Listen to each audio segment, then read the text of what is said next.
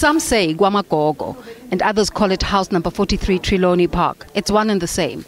Mention of it always elicits stories of chance and bravery, and a tale of two countries, how the South African struggle against apartheid got to be waged from Swaziland. The old man, Uptongo, our father, when he came back from the Second World War and he went through his demobilization program, he was educated in bricklaying. He's responsible for the timber location in Pretoria North. He is also responsible for the bulk of houses that stand today in Soweto. So all the people in Soweto knew Mr. Masilela, Solomon. And when Bantu education was enacted in the mid to second half of the 50s, he realized that he cannot expose his children to that kind of education. And then he decided to go to Swaziland. 11 years later, he settled in Swaziland in 1965.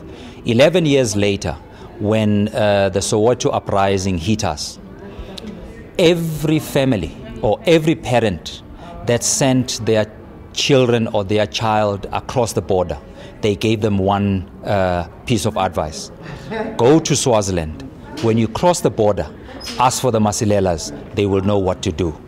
When you read the book released in 2007 and now the coffee table version, you see why Elias and his 8 siblings decided to document and promote this important part of South Africa's road to democracy. Stories of people who arrived and stayed and others in transit to other continental or international destinations wherever the fight against the unjust system of apartheid was being waged from. Questions even got more deepened when the TRC legislation was enacted, because a lot of the people who are being written about in the book or who operated from Swaziland never went to the TRC. So it wasn't clear whether or not it was safe to talk about our experiences back then.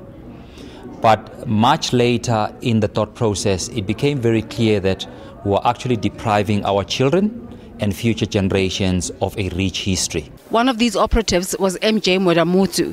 In the book, he's called Philippos, the political commissar who was the last person to engage and debrief Glory September, who's identified in the book as one of the biggest defectors in the history of the ANC.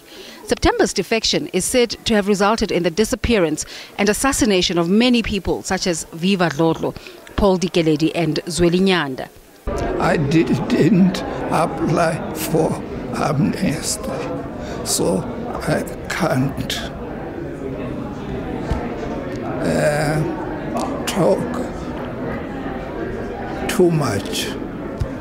I could not apply as an individual because whatever I did as part of the collective. Therefore, it was not up to me to apply. I think the movement took a correct decision to apply for all its members. And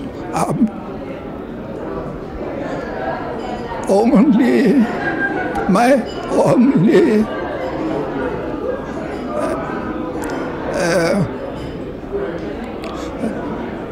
limitation about it is some of the things I cannot talk about until such time that I am allowed to talk about. Another, perhaps more well-known occupant of house number 43 Trelawney Park is now responsible for the safety and security of our country. The family that really sacrificed a lot, like many other families in Swaziland, who was supporting the struggle in South Africa, and most of the cadres were in and out of that house, and so are other families as well. And we appreciate if other families can also write stories like the story of number 43, is being written. There's the White House. I hope somebody will write about the White House. I hope someone will write about number 8 and other houses as well. The 50-year celebrations in Swaziland this weekend will be attended by people from the region and the world. The Masilela children want to use the many activities, which include a business roundtable, a 10-kilometer race around Manzini, delivery of food parcels and a fundraiser, to encourage young people especially to engage with and practice the spirit of Magogoism. This is a call to all to be socially responsible by giving and sharing selflessly.